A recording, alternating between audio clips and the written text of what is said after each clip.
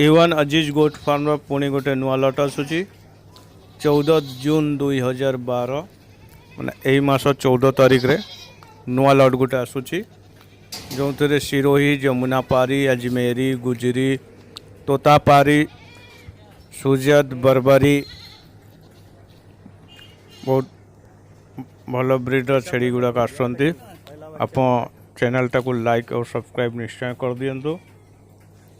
जिते नुआ वीडियो आसूब आप देखिपारे जो माने को छेड़ी दरकार से माने फोन करके बुक करें A1 अजीज गोट फार्म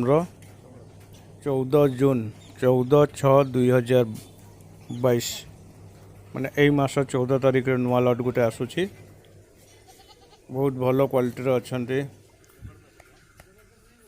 एटा हिरोईर ब्रीडर भी अच्छी A1 अजीज गोट फार्म